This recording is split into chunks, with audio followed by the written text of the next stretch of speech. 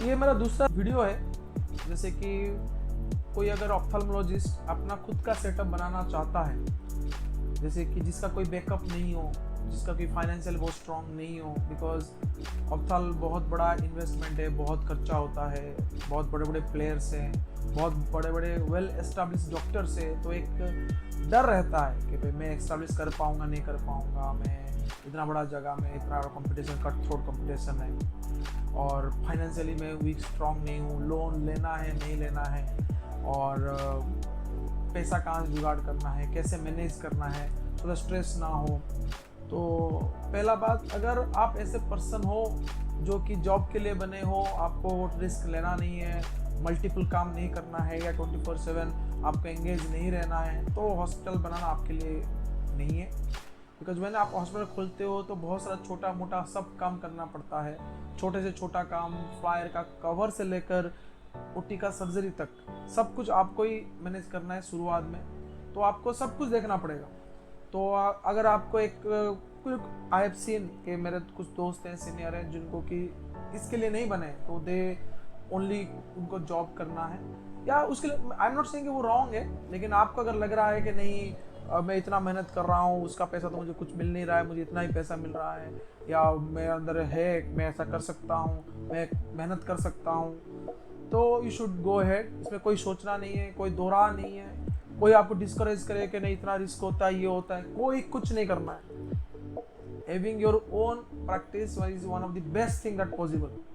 वो सेटिस्फेक्शन अलग लेवल का होता है, किसी को परमिशन मांगने की जरूरत नहीं है छुट्टी के लिए, आप कभी लीव पे होते नहीं हो, मतलब आप अगर अपना खोलते हो तो आप 24/7 ड्यूटी पे हो, 365 ड्यूटी पे हो, और लेकिन आपको जब मन का है आप बंद भी कर दिए, किसी को पूछना भी नहीं है आपको मन किया 4 दिन जाना है 4 दिन छुट्टी कर दी, किसी को पास ड्यूटी डालना नहीं है, आउटकम भी ज़्यादा है, लेकिन सबसे भी मेक श्योर कि यू आर केपेबल इनफ, आपके पास वो कॉन्फिडेंस हो सर्जरी के लिए, आपके पास वो बेसिक रिक्वायरमेंट होता है कि अगर आप सेटअप खोल रहे हो अगर अपना, तो आपको कैटरैक्ट अच्छी तरह आना चाहिए, टॉपिकल फेको अच्छी तरह आना चाहिए, आपको लेज़र से अच्छी तरह आने चाहिए, वो या PI हो या कैप हो, और रेटिना लेज़र PRP वगैरह हो या नहीं हो, अगर आप रेटिना हो या नहीं हो यह कोई मैटर नहीं करता, लेकिन आपको आना चाहिए। आप कॉम्प्रिहेंसिव ऑप्थेल्मी अच्छा होना चाहिए, जैसे कि बाकी सब अदर डिजीज़ को ट्रीटमेंट करना आना चाहिए आपको। मे भी सर्जिकली आप ओक्यूलोप्लास्टी वाला पार्ट नहीं कर पाओ या कॉर्निया वाला पार्ट नहीं कर पाओ, लेकिन आपको ओवरऑली वो सब में स्ट्रॉन्ग होना ज़रूरी है। अगर आप ये 3 चीज़ जानते हो तो आप अपना शुरू कर सकते हो। अगर आप नहीं करते हो कैटरैक्ट, लेकिन आप रेटिना में फ्लुएंट हो, आप ओनली डेडिकेटेड रेटिना सेंटर चलाना चाहते हो, तो is nothing wrong in it, आप वो भी कर सकते हो, थोड़ा मेहनत लगेगा प्रैक्टिस बिल्डअप में, ऐसा कुछ नहीं है। ऐसे हमको हमेशा पढ़ाया गया है कि cataract is bread and butter, तो यस बहुत ज़्यादा में ये स्टार्टिंग में आपको एक रेवेन्यू दे देता है, तो आपका नाम भी उससे जल्दी होता है। तो ऐसा कुछ नहीं है कि आप कैटरैक्ट जानते हो तो कैटरैक्ट सेंटर खोलोगे, कोई ही खोलोगे, अगर नहीं खोलोगे, अगर आपके वहाँ बहुत सारा है, मैं आई हैव सीन बहुत सारे सीनियर्स हैं जो डेडिकेटेड स्पेशली सेंटर ही चलाते हैं, कैटरैक्ट नहीं करते हैं, तो क्या होता है कि बाहर के बाकी ऑप्थेल्मोलॉजिस्ट आपको दूसरे केसेस भेज, सोचो कि आप रेटिना का सेंटर बनाएं, कैटरैक्ट नहीं कर रहे हो, तो बाकी जो ऑप्थेल सर्जन है वो आपको रेटिना केस भेजेंगे, और आप आपके पास जो कैटरैक्ट आ रहा है दूसरे के पास भेज दो, तो वो भी ऐसा प्रैक्टिस चलता है। लेकिन आप अपना शुरू करना चाहते हो, ये one of the best thing है। अगर आपका नेचर ऐसा है तो आपको शुरू करना चाहिए। कोई नेगेटिव बात बोल रहा है कि भाई ये ऐसा बहुत डिफिकल्ट है, क्यों करना चाहते हैं, क्या लीगासी लेके जाएगा, ऐसा कुछ नहीं है। You start your own, yes it has its own difficulties, no doubt, yes there is a fight है, शायद आप कोई कॉर्पोरेट हॉस्पिटल में रहोगे, दूसरे उससे अच्छा पीसफुल लाइफ गुजार सकते हो, बहुत सारा पॉजिटिव उधर भी है, लेकिन ऐसा आई फील कि having your own setup has its own advantages along with comes with some disadvantages also. तो अगर आप सोच रहे हो तो गो अहेड, सब कुछ हो जाएगा। पहला पार्ट वीडियो में हमने डिस्कशन किया था कि क्या क्या परमिशन चाहिए, स्टार्टिंग फ्रॉम हाउस रेंट से लेकर उसमें क्या क्या चेंजेस जरूरत पड़ सकता है। दूसरा है कि ट्रेड लाइसेंस, फायर क्लियरेंस, फिर fire NOC, biomedical waste agreement, pollution certificate, then clinical establishment, वो हमने कवर किया है। अभी दूसरा एस्पेक्ट को आते हैं जो कि फाइनेंशियल मैनेजमेंट एस्पेक्ट, जो मैंने फेस किया है, जो मैंने मैनेज किया हुआ है, कैसे मैंने मैनेज किया, तो उस पे आते हैं। वो शायद सबके लिए ठीक ना हो, मैंने भी बहुत सारे सीनियर लोगों को बहुत सारा चीज़ पूछा था, सबका जर्नी अलग होता है। कोई एक मेरा दोस्त है जिसके फादर बहुत वेल टू डू है, मैंने उसको पूछा कि तुम इतना महंगा मशीन क्यों ले रहा हो, और माइक्रोस्कोप ज़रूरत नहीं है। नहीं सर मैं ले लूँगा, लो मेरा फादर के पास पैसा है तो मैं ले लूँगा, तो that is okay, there is nothing wrong in it. मैंने किसी को दूसरा सर्जन है जो कि बोले तू इतना लेट क्यों कर रहा है यार, उसमें जल्दी शुरू कर दे, 1-2 साल के बाद सोचेगा तो तुझे लगेगा कि तो इतना लेट क्यों किया शुरू करने में। लेकिन सबके उनके फादर डॉक्टर थे तो उनका एक बैकअप था पेशेंट का, तो उनके वेल टू डू थे, तो everybody has their own journey. लेकिन इसका मतलब है कि थोड़ी हम किसी को पूछना छोड़ देंगे, सबसे पूछेंगे, but you have to make your own journey. और मेरे को बहुत सारे सीनियर्स ने गाइड किया है, उनके बिना तो ये पॉसिबल ही नहीं था। बहुत सारे सीनियर्स हैं, मतलब without them, without their motivation, without their help और फ्रेंड्स, उनके बिना ये जर्नी पॉसिबल नहीं था। तो आते फाइनेंशियल एस्पेक्ट में, तो बिफोर शुरू होने से पहले मेरे पास 25-30 लाख का मैंने एक जो सैलरी जॉब करता था मैं, वो मेरे पास था। लेकिन उस पैसे को मैं टच नहीं करना चाहता था अनलेस अनटिल बहुत इमरजेंसी हो, क्योंकि हो सकता है कि कभी इमरजेंसी ज़रूरत पड़े कोई पेमेंट के लिए, तो उसको मैंने रखा था। मैंने अपने दोस्तों से उधारी लिया था, बहुत सारे सीनियर से मेरे, मैं उनका शायद उनका नाम लूँगा, और डॉक्टर रोशन सर मेरे दोस्त हैं, डॉक्टर प्रगति, प्रशांत, आशीष मार्कन, देन अमित सर, अरे बहुत सारे सीनियर्स हैं जो कि मुझे हेल्प किए हैं, मेरे हिमाचल में सर हैं। तो बहुत सारे सीनियर ने मुझे फाइनेंशियली भी हेल्प किया हुआ है विदाउट एनी एक्सपेक्टेशन। तो आपका अगर ऐसा कोई फैमिली है, दोस्त है जो कि आपको हेल्प कर रहे हैं विदाउट एनी हिचकिचाहट और गाइड कर रहे हैं, जैसे कि डॉक्टर मिलिंद सर ने मुझे गाइड किया, doctor Babulal sir, Arun Singhvi sir, जब भी जिसी को फ़ोन किया, रोहित अग्रवाल सर, नाम कम पड़ जाएंगे, मैं जिसको फ़ोन किया सबने अपना गाइड किया कि ऐसे करो वैसे करो। डॉक्टर विवेक सर, तो इसमें कोई डाउट नहीं है, उनके बिना पॉसिबल नहीं था ये जर्नी। तो मैं कुछ लोगों का नाम भूल जाऊंगा, जैसे कि आदर्श सर ने मुझे हेल्प किया था, और बहुत सीनियर ने बहुत सारे गाइड किए थे, मोटिवेशन किए थे, जैसे कि स्ट्रगल फेज में फ़ोन करता था, सर हुआ नहीं है क्या करूँगा, अरे कुछ नहीं बैठ जा, तो वो भी बहुत मैटर करता है। तो क्योंकि ये सब बहुत चीज़ बहुत मैटर करता है, जो आप शुरू कर रहे हो ना, तो ये बहुत मैटर करता है, आपका एक इकोसिस्टम होना जिससे आप बात कर पाओ, जो कि टेंशन वाला फेज होता है। तो अब आते हैं फाइनेंशियल एस्पेक्ट पे। वो 25 लाख को मैंने टच नहीं किया था, कुछ सीनियर ने कुछ पैसा दिए थे, तो उसके बियॉन्ड मैंने 10 लाख रुपए एक्स्ट्रा रखा था। तो मैंने लोन फोन कुछ लिया नहीं, बैंक जिन्हें लोन नहीं दिया, मुझे बोला कि परमिशन चाहिए, क्लीन एस्टेब्लिशमेंट चाहिए, सब होगा तभी जाकर देंगे।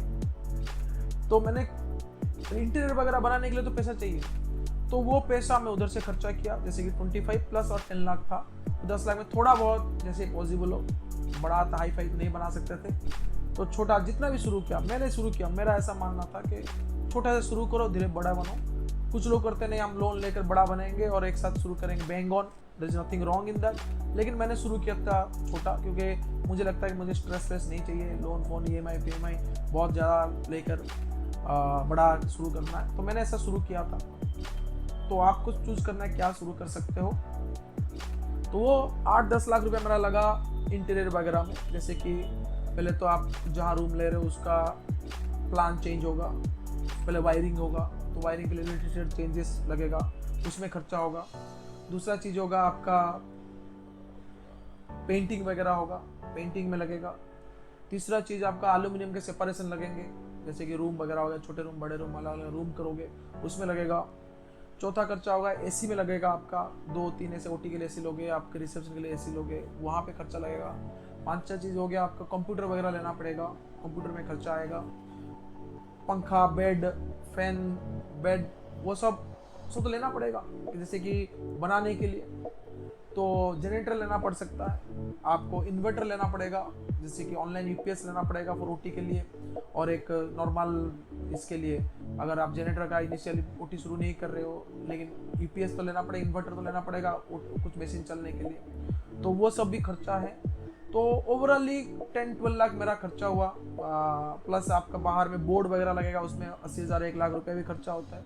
तो आपको पहले ये बनाना पड़ेगा ये सब हेडिंग, जैसे कि आपका जैसे कि टेबल वगैरह बना, तो टेबल बनाने के लिए वो भी काम सकता है, जैसे कि ये कारपेंटर है, वो कितना खर्चा होगा, प्लाइस आएंगे, एल्यूमिनियम शीट्स आएंगे, सब उसका खर्चा, एसी का खर्चा, पेंट का खर्चा, फिर उसके बाद सोफ़ा टेबल चेयर का खर्चा, फिर उसके बाद इलेक्ट्रिकल चेंजेस का जो हुआ होगा इलेक्ट्रिक सामान उसका खर्चा, फॉल सीलिंग होगा उसका खर्चा, एंड ये सब आपका बनाने में लगेगा, एल्यूमिनियम जैसे परसेंट उसका खर्चा, ये सब खर्चा आपको कैलकुलेट करना पड़ेगा। ये तो आपको देना पड़ेगा पहले, ये तो बनेगा तब ना जाकर आप शुरू करोगे नेक्स्ट स्टेप। तो वो डिपेंड करता है कितना मिनिमम आप करना चाहते हो, कितना में करना चाहते हो, वो आपके ऊपर डिपेंड करता है। अब जैसे मैं मानता हूँ कि उतना पैसा होता नहीं है जब शुरू करते हो, तो आप आउटसोर्स नहीं कर सकते हो। बहुत सारे हैं जिनको आप पैसा दे दिए वो काम बढ़िया टिप टॉप करके चले जाएंगे, लेकिन हम शुरू में उतना पैसा होता नहीं है, तो आप मेहनत कर सकते हो। जैसे मेरे फादर इंजीनियर थे तो वो बैठ के सब काम कर लिए,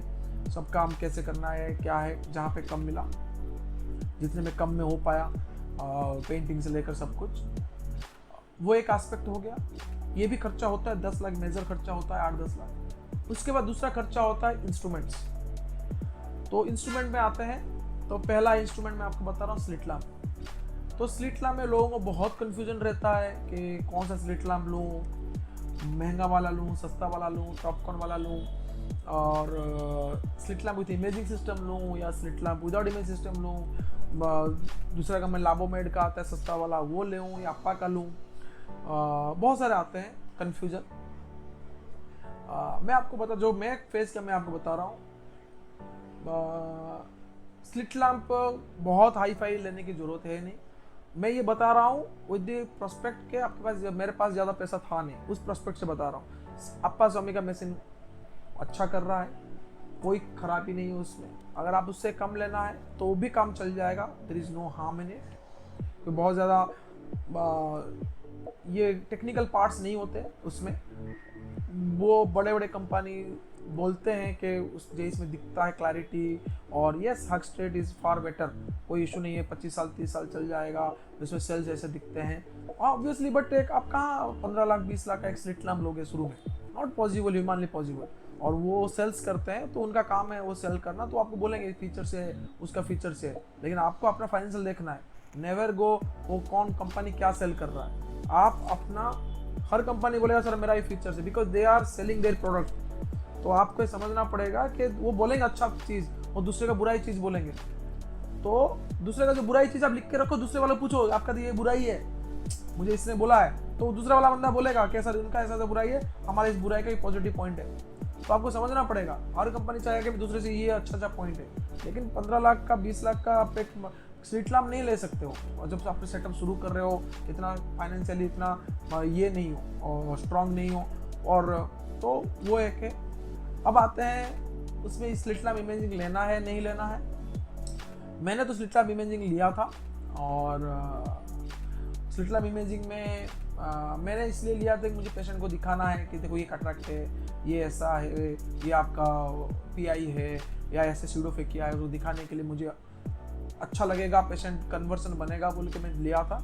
and I feel I made a right decision. लेकिन वो थोड़ा महंगा पड़ा था, 3 लाख के around, with appliance and tonometer and with table, उसका आपा का आता है। अब आपको चेयर यूनिट लेना है नहीं लेना है। मैं तो पहले चेयर यूनिट नहीं लिया था, सिंपल एक टेबल जो अप एंड डाउन होता है उसमें ही लगाया था, और अपोजिट डायरेक्शन में पेशेंट स्टूल में बैठते थे। विथ टाइम मैंने उसको अपग्रेड किया, जब थोड़ा पैसा आया कि मैं चेयर यूनिट लिया। हाँ, देयर इज़ नो हार्म, आप चेयर यूनिट शुरू से ले सकते हो, कोई गलत बात नहीं है। चेयर यूनिट एक प्रॉपर लुक देता है, तो आई विल सजेस्ट कि चेयर यूनिट ले लो। क्योंकि मैं जब चेयर यूनिट लिया तो दूसरा चेयर था जिसमें कि स्लिट लैम्प लगा हुआ था, वो 30,000 पड़ा था, वो वेस्ट हुआ, मतलब उतना कोई ज़रूरी नहीं था, वो ऐसे ही दूसरा जगह में यूज़ हो रहा है, जो कि 5-10 हज़ार रुपये में वो काम हो जाता है। वहाँ पे 30,000 एक चेयर पड़ा, वो अप एंड डाउन वाला चेयर पड़ा हुआ है, आपा वाला, जिसमें कि पहले स्लिट लैम्प इमेज सिस्टम लगा हुआ था।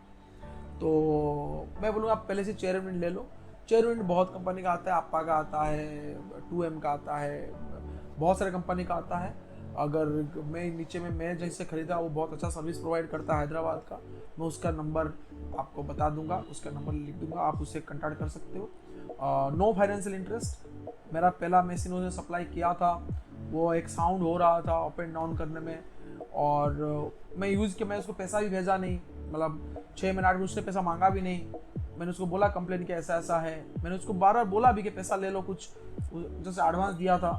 वो 6 महीने बाद या 4 महीने बाद उसका कुछ इशू हो गया था हेल्थ के हिसाब से, वो खुद दूसरा मशीन लाया, दूसरा मशीन इंस्टॉल किया, ये मशीन ले गया, फिर उसके बाद वो पैसा मैंने भेजा। तो I think he provide good service Hyderabad से जो है, तो आप उनसे ले सकते हो चेयर यूनिट। और उस चेयर यूनिट में मैंने एक स्लिटला इमेजिंग सिस्टम लगाया है, अपना स्लिटला इमेजिंग सिस्टम। और सेकंड मशीन आता है ऑटो रिफ्रैक्टोमीटर। ऑटो रिफ्रैक्टोमीटर या खाली ऑटो रिफ्रैक्टोमीटर लेना नहीं है, ऑटो रिफ्रैक्टर और कैराटोमीटर लेना है, क्योंकि कभी ना कभी तो आपको कैटरेक्ट करना पड़ेगा। तो AR के मशीन लेना है। AR के मशीन में बहुत कन्फ्यूजन है, कोई बोलता है कि ह्यूविज सस्ता पड़ता है, 3 साढ़े, मैं जब लिया था शायद 3.1 का था, लिया नहीं है मतलब इंक्वायरी किया था, टॉपकॉन का तब मैंने जब लिया था 4.15 था। और जेइस का भी आता है, कैनन का भी आता है, और नाइडेक का भी आता है, ऑप्थल ग्रुप का भी है। तो मेरा ऐसा है कि कैरेटोमेट्री जब मैंने लिया, आपा का भी आता है, पोटेक आता है। और मैंने नोटिस किया है कि जब मैं लिया था बहुत लोग बोले आपा का गलत आता है, या पोटेक का ऐसा, आपा का पोटेक है इम्पोर्टेड है, दूसरा वाला भी है, बहुत लोग बोलते हैं कि गलत आता है या इतना, वो एक मन में डाउट रह जाता है, क्योंकि सब लोग टॉपकॉन अच्छा बोलते हैं, तो टॉपकॉन अपना मोनोपोली चला रहा है, तो दे वांट की फुल एडवांस पेमेंट होना चाहिए। तो जो उसका सर्विस है, आई एम नॉट हैप्पी। वो जैसे मैं शुरू किया था तो वो कोई हेल्प नहीं किए थे, उनको वही कि हमको मशीन बेचना है, हमारा मशीन बढ़िया है, तो तुम फुल पेमेंट करो तो लो, नहीं तो मत लो, ऐसा टाइप का है उनका एटीट्यूड टॉपकॉन वालों का। लेकिन मैंने मैसेज किया, उसके बाद मैंने ऑप्थल का ARK खरीदा ऑटोमेटिक। ख़राब नहीं है, यस टॉपकॉन स्मूथ हो सकता है लेकिन ख़राब नहीं है। 2.4 में वो बढ़िया है, रीडिंग एक्यूरेट है, बराबर टॉपकॉन के हिसाब से बराबर है, कोई इशू नहीं है। आप कोई पेशेंट का चेक करोगे, मायर कॉर्नियल सरफेस ठीक है, आर्टिफिशियल टीथ डाल के मेजर करो, कैराटोमेट्री उसमें भी ठीक आता है। मैंने ऑप्थल का लिया हुआ है, मेरे पास टॉपकॉन का भी है, मेरे दोस्त लोग ह्यूविज भी यूज़ कर रहे हैं, ह्यूविज भी ख़राब नहीं है। मैंने सीनियर से बात किया था, ह्यूविज का भी एक कोरियन मॉडल आता है और एक चाइना मॉडल आता है शायद, तो कोरियन मॉडल भी अच्छा है। तो जब लेते हैं ना तो मन में एक डाउट आता है कि यार, जैसे मैंने लिया था, मेरे पास आपा ने पोटेक का डेमो के लिए दिया था, और मेरे मन में था कि यार शायद ठीक नहीं आएगा, डर रहता था। वो डर जब वो हटा ही नहीं, तो मैंने आपका पोटेक नहीं लिया। लेकिन दूसरे हॉस्पिटल में देख रहा हूँ कि वो ठीक है, ख़राब नहीं है, पोटेक भी एक्यूरेट रीडिंग देता है, ऐसा कुछ नहीं है। आपा का पोटेक भी अच्छा है, लेकिन आपा का पोटेक क्या है कि वो 3.75 तक पड़ जा रहा है। तो आपको लगता है कि यार 3.75 इतना इन्वेस्ट कर रहा हूँ, तो और 20-40 हज़ार लेके टॉपकॉन का ही क्यों ना ले लूँ, तो ऐसा होता है। तो आप प्राइस बार्गेन करो, उस टाइम में कौन सा अच्छा मशीन है देखो। मेरे हिसाब से आपा का पोटेक अच्छा है। पहले तो आपा फ्री सर्विस देता था, लेकिन आजकल आपा का भी कुछ दूसरे ने खरीद लिया, major shareholder US company, वो बोलते हैं कि फ्री सर्विस नहीं होगा, जैसे कि दूसरे MNC लेते हैं, आपको भी ऐसे सर्विस देना पड़ेगा AMC CNC मशीनों में, जो कि आपका सबसे स्ट्रॉन्ग पॉइंट था। आई थिंक वो लूज हो रहा है, तो देख लेना आप जब ले रहे हो आपका का पोटेक को। नाइडेक वाला बहुत गंदा है, जितने लोग लिया हो सर्विस बहुत गंदा है, मैंने सुना। कोई बिलीव नहीं करता कि जितने मैंने इंक्वायरी किया है मेरे दोस्तों से, नाइडेक वाला बंदा दिखता नहीं है, बस मशीन अच्छा बोले चलता है, लेकिन बंदा कहीं नहीं दिखता, वो कहाँ है क्या है पता नहीं है। तो नाइडेक तो आउट ऑफ क्वेश्चन है, क्योंकि मैं फ़ोन मशीन लिया ख़राब है, किसको फ़ोन करूँ। टॉपकॉन अच्छा है, ख़राब नहीं है, बढ़िया चलता है, लेकिन टॉपकॉन का इशू है कि they want full payment in advance. जब मैंने लिया था तो मेरे पास उतना पैसा था नहीं, लेकिन वो लेते हैं कि नहीं कोई कॉम्प्रोमाइज़ नहीं, तो उनका ऐसा है, जो कि आई सजेस्ट के वो उनको ये बात को कंसिडर करना चाहिए। सबके पास उतना नहीं होता, जिसके पास ज़्यादा पैसा है वो हो सकता है, लेकिन मैं जब शुरू कर रहा था तो मेरे लिए डिफ़िकल्टी था ये बात, तो उनको ज़्यादा समझना चाहिए वो बात। ह्यूविज का ही मशीन अच्छा है, मैं ह्यूविज से बहुत देर बात किया था, लेकिन कॉन्फिडेंट नहीं हो पाया तो मैंने लिया नहीं। लेकिन जो लोग यूज़ कर रहे हैं ह्यूविज भी अच्छा बोल रहे हैं, तो इतना का मैं इंक्वायरी किया था। जाइस एंड कैनन का भी सेकेंड मशीन है, थोड़ा महंगा पड़ता है, लेकिन ARK ऐसा है कि रेगुलर यूज़ होगा। कैटरेक्ट में K1 K2 आप यूज़ करोगे तो थोड़ा अच्छा मशीन लेना अच्छी बात है, लेकिन नहीं है तो मेरा कहना है कि उतना फ़र्क नहीं पड़ता। You can easily go ahead, ये बात मुझे रोशन सर ने बोला था, अश्विनी ले ले, कोई इशू नहीं होता, आपका भी अच्छा होता है, कोई इशू नहीं होता। And I totally agree at this point. शायद मैं जब खोला था तब मैं उतना कन्फ्यूज एक मन में रहता था ना, सब लोगों से बात कर, सब लोग बोलते हो नहीं यार टॉपकॉन नहीं अच्छा है, वो ही ले लो। तो ऐसा बिल्कुल नहीं है, कोई टॉपकॉन कोई बहुत बड़ा खिलाड़ी नहीं है, मैं उसके एग्नेस्ट नहीं हूँ, लेकिन ऐसा कुछ नहीं है कि वही है, वही मार्केट लीडर है, वो बात चल रहा है। Yes that machine is smooth, that machine is good, nothing wrong in that. लेकिन आपके पास अगर 4 नहीं है, आप 2 लाख का 2-2.5 लाख का ऑप्थल का ARK ले सकते हो, वो भी अच्छा रीडिंग देता है। कोई ऐसा नहीं है कि आप जो रीडिंग दे देता, कॉर्निया ठीक है, मायर्स बन रहे हैं अच्छा, तो अच्छा रीडिंग आएगा, उसमें कुछ है नहीं। यस थोड़ा टाइम लग सकता, हो सकता है कि वो इमीडिएटली कैप्चर कर लेता है, ये में भी हो सकता है कि 0.5 सेकंड ज़्यादा लेना हो टेक्निकल टर्म में, ऐसा तो आप वो दूसरा मशीन है। थर्ड मशीन में आते हैं हमारा IOP मेजर के लिए। मैं इनिशियली IOP मेजर का मशीन नहीं लिया था, लोग बोलते हैं NCT लेना है या और कुछ लेना है, तो मैं ग्लोकोमा एक्सपर्ट हूँ, तो मैं अपना टेंशन में बिलीव करता हूँ ग्लोकोमा का, अगर ग्लोकोमा पेशेंट है तो लेकिन हर पेशेंट का तो आप अपना टेंशन नहीं कर सकते स्क्रीनिंग के लिए, तो एक स्क्रीनिंग मशीन होना चाहिए। और ऐसा मैंडेटरी नहीं कि शुरू से होना चाहिए, ऐसा नहीं है। अगर है तो मैंने भी 2-4 महीने बाद में फंडस सबका चेक कर लेता था, जिसका डाउट आता था उसका अपना टेंशन कर लेता था, शुरू में पैसा नहीं था तो। अगर नहीं है तो भाई वो उतना मैंडेटरी मशीन नहीं है कि आपको लेना ही लेना है। मैं 3-4 महीने बाद लिया था, 4 महीने के बाद मैं तब तक देख रहा था, फंडस चेक करके देख रहा था, शुरू में तो इतना पेशेंट भी नहीं आते, तो फंडस देख लो, और फंडस में सस्पेंस है तो फिर अपना इंटेंशन कर लो। तो ऐसा मैं करता था, या नहीं तो अपना इंटेंशन कर ही लेता, ग्लोकोमा पेशेंट आया था अपना इंटेंशन ही कर लेता था, क्योंकि स्लिट लैम्प में तो अपना इंटेंशन का अटैचमेंट तो लेना ही लेना। तो बाद में मैंने iCare लिया था, रिबाउंड टोनोमीटर, और वो मुझे अराउंड AIS कॉन्फ्रेंस में 2.35 या 2 समथिंग पड़ा था। वो 100 स्ट्रिप्स, 100 वो उनका जो ये है टिप्स होते हैं वो फ्री में दिए थे, और वो फेयरली एक्यूरेट है, मतलब स्क्रीनिंग के लिए ठीक है, OPD के मशीन के लिए।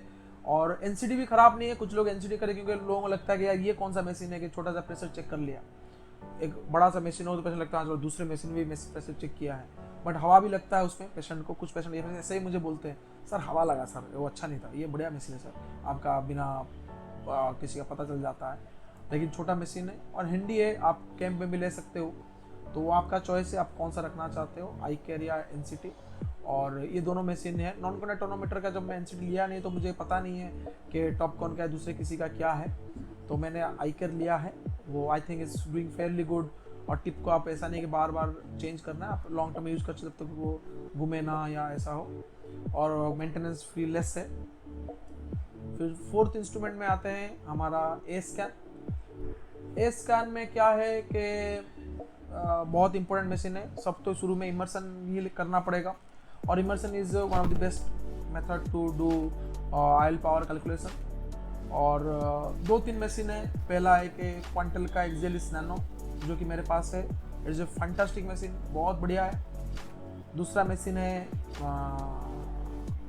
सोनोमेड का, जो कि मैं कंटेंट ही नहीं मिल पाया मुझे, लेकिन मेरे एक सीनियर के पास, आदर्श सर के पास है, वो कंटेंट मुझे नहीं मिल पाया, नेट पे खोजा, कहाँ कोई सेलर मेरे को मिला नहीं, थोड़ा महंगा पड़ता है।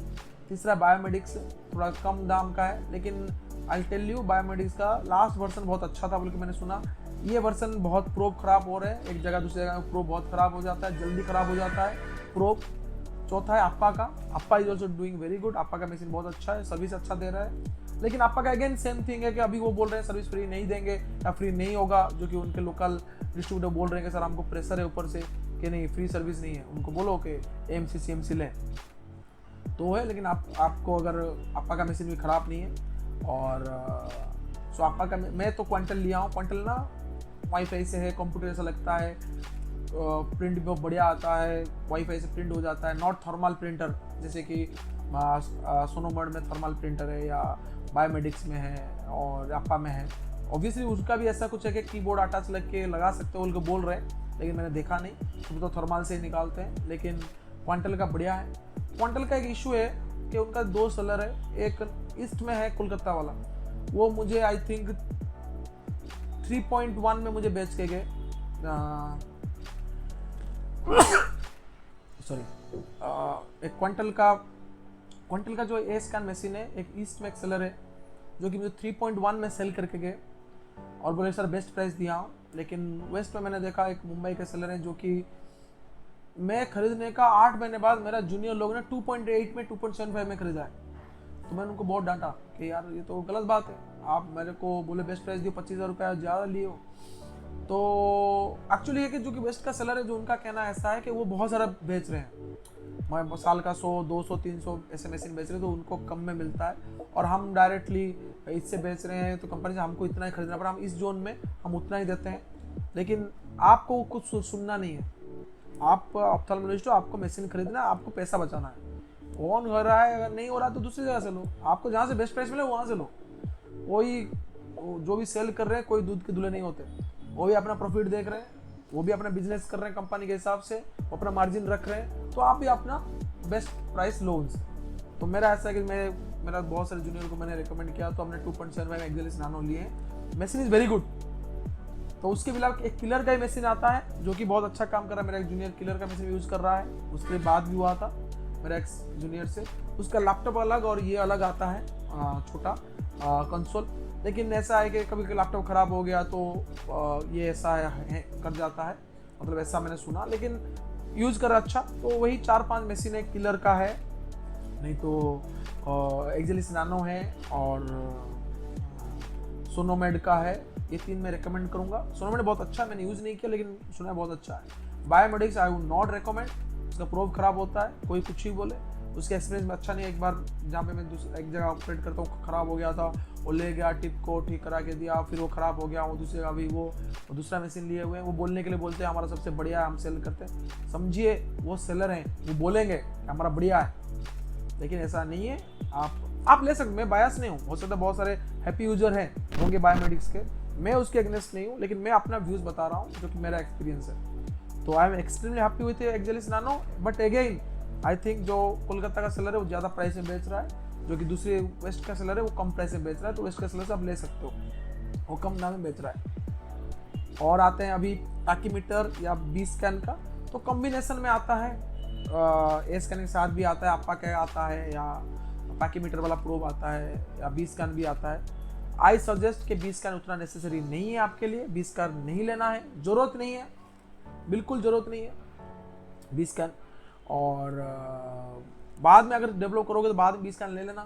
पैकीमीटर भी, जैसे मैं ग्लूकोज पेशेंट, मुझे पैकी चाहिए था तो फिर भी मैंने लिया नहीं, लेकिन तो ये नेसेसरी पार्ट हो गया ये 3 चीज़।